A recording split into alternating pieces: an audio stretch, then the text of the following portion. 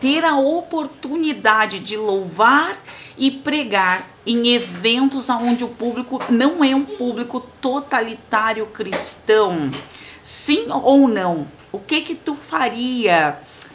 Fica com a gente até o final deste vídeo para tu entender o vídeo, né? E depois comenta, coloca aí a tua opinião. Quero pedir aí, eu sei que a maioria do nosso público são pessoas respeitosas, né? Eu já agradeço por ter vocês aqui com a gente, mas infelizmente tem entrado pessoas às vezes que, né, colocam aí comentários desagradáveis de forma desrespeitosa, não discordando da minha opinião. Todos têm o direito de concordar ou discordar, mas portanto, desde que seja de forma respeitosa. Eu quero trazer um assunto que divide opiniões. E por que eu tô trazendo? Para edificação, né? Talvez tu foi chamado pelo Senhor para louvar ou para pregar e tu tenha essa dúvida, né? Devo pregar em locais onde o público não é um público cristão totalitário, onde há pessoas que não professam a mesma fé que nós, segundo o Evangelho de Cristo que nos foi confiado? Sim ou não, né? Então eu quero te trazer em primeiro lugar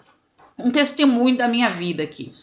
Eu fui evangelizada, posso dizer, né? Foi um processo de evangelização de Deus, da parte do Senhor, não foi nenhum cristão que me evangelizou diretamente, né? Mas eu digo que as pedras clamaram para mim, né? Porque pessoas que não eram crentes, não eram cristãos, porque a Bíblia diz que crente até o diabo é e estremece, né? Mas o cristão convertido, que teve um encontro com Cristo, foi transformado pelo poder da palavra de Deus, deixou as coisas velhas para trás e avançou, né, para as coisas novas, a qual Cristo fez uma nova criatura desta pessoa. É deste cristão que eu estou falando, aquele que renunciou a si mesmo, tomou a sua cruz e começou a seguir o Senhor Jesus Cristo.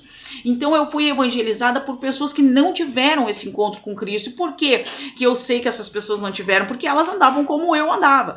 Nós fazíamos as mesmas coisas, tínhamos os mesmos pensamentos, né? Mas elas simpatizavam com o evangelho e ouviam louvores, ou seja, Deus também estava trabalhando no coração delas. E elas dividiram a palavra através dos louvores comigo. Eu comecei a ouvir, o Emanuel tá aqui, né, comigo, porque a nossa vida é assim, a gente se ajusta aqui, né, conforme dá, né, para fazer a vontade do Senhor.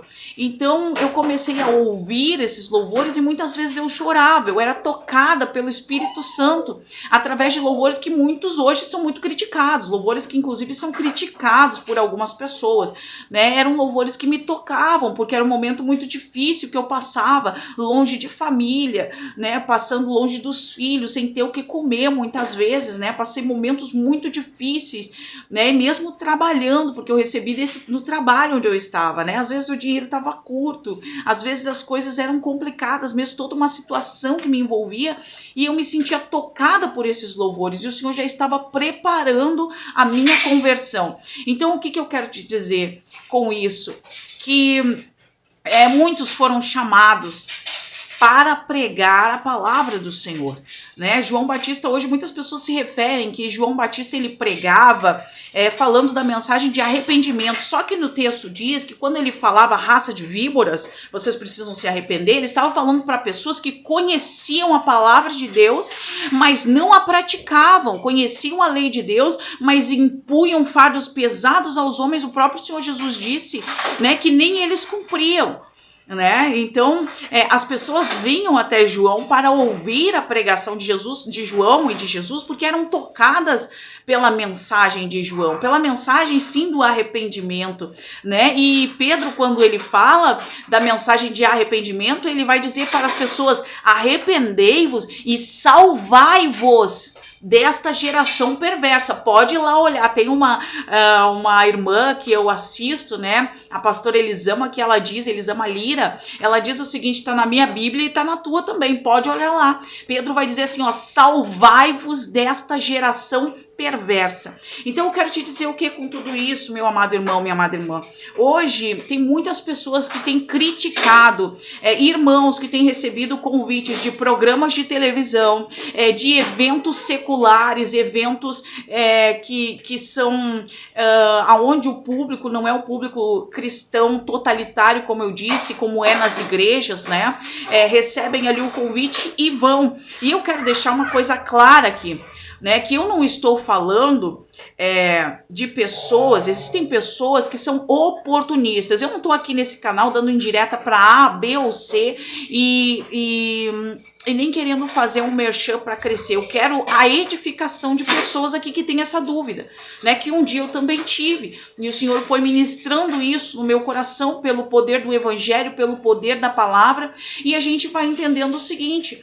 Eu já vi irmãos que tiveram oportunidade de irem em programas de televisão, né, para serem ouvidos, foram convidados, e ali eles deixaram a mensagem do Evangelho, eles deixaram a mensagem da cruz, né, e essa mensagem com certeza foi absorvida por muitas pessoas, né? Então eles deram ali um testemunho de Cristo. Jesus andava no meio dos pecadores e ele mesmo diz que ele não veio para o justo, mas ele veio para o pecador. E ele era criticado porque ele andava ali comendo com os pecadores. Ele não estava se associando com eles, como muitos acham, né? Muitos acham que quando Jesus estava sentado ali, ele estava se associando. Não, ele estava ali para fazer a diferença. Ele estava ali para levar a mensagem do Evangelho. E como que nós vamos levar a mensagem do Evangelho se não estivermos entre as pessoas? Não continuamos do nosso próprio jeito, continuamos do jeito de Cristo, aliás, não do nosso próprio jeito. Continuamos da forma que fomos chamados. Agora o que eu quero te dizer é o seguinte: existem pessoas que realmente elas não conseguem estar no meio, num ambiente secular, num ambiente do mundo, sem se misturar, sem daqui a pouco estar tomando uma bebida, sem daqui a pouco estar falando palavrões, sem daqui a pouco deixar o testemunho de Cristo. Existem pessoas que são contaminadas, elas não estão preparadas para estar nesse ambiente. E aí a Bíblia diz: examine-se o homem a si mesmo, né, para tu saber se é possível que tu esteja num ambiente desse sem se contaminar e ser capaz de levar a mensagem do Evangelho, né? Se tu tá solidificado, firmado o suficiente em Cristo para estar num ambiente destes sem deixar a mensagem da cruz, a mensagem do Senhor Jesus. Né? Existem pessoas que veem no Evangelho uma oportunidade. Não é dessas pessoas que eu estou falando. Eu não estou falando de pessoas que usaram e usam a igreja como escada para o sucesso. E às vezes nem porque tinham este projeto, mas porque foram criadas num ambiente cristão, né? E não tiveram talvez a instrução necessária, porque isso acontece muito.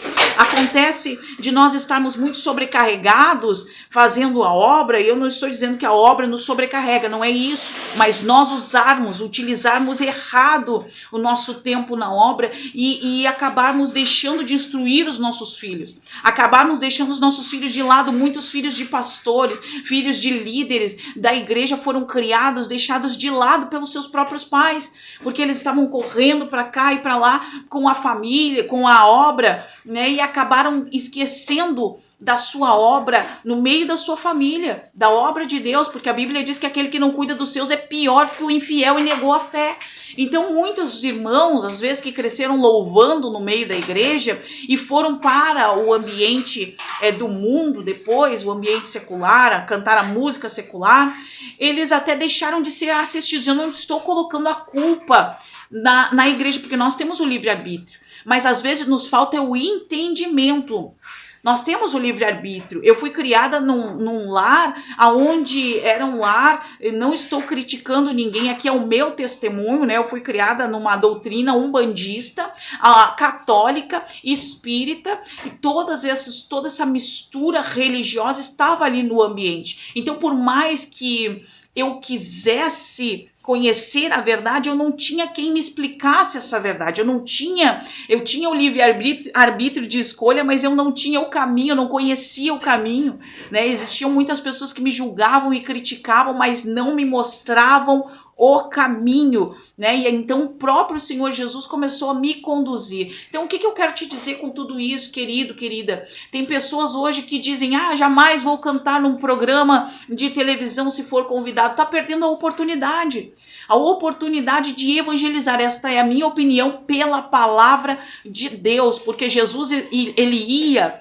aonde havia necessidade, ele ia pelo meio das cidades, ele mandou os discípulos também pregar para as pessoas, bater nas casas, chamar, e que oportunidade melhor em eventos onde existem muitas pessoas reunidas ali, que muitos não conhecem a palavra de Deus e o amor de Jesus, de levar o evangelho para essas pessoas. E eu estou deixando bem claro que não estou falando de associação com o mundo, porque a Bíblia diz que aquele que se associa com o mundo, ele se constitui inimigo de Deus. Não é se associar, mas é estar ali, aproveitar a oportunidade que foi concedida, seja por meio de televisão, seja por meio de eventos que foram chamados, né? E eu não estou falando de pessoas que vão pela oportunidade financeira ou de serem vistas, de serem famosas, de estarem em destaque, mas eu estou falando de pessoas que realmente vão para levar a palavra de Deus. Existem muitos que estão confusos hoje, não sabem se é correto. Eu quero te dizer, querido, se tu foi chamado para isso, tu foi chamada para isso, tu vai ser criticado. Muitas pessoas vão te condenar por isso, mas continua levando a mensagem da cruz, aonde o Senhor te chamar para ir, aonde o Senhor te mandar ir, vá, aonde o Senhor te mandar falar, fale. Porque a Bíblia diz que aquele que foi chamado para falar e não fala, ele vai ser culpado do sangue.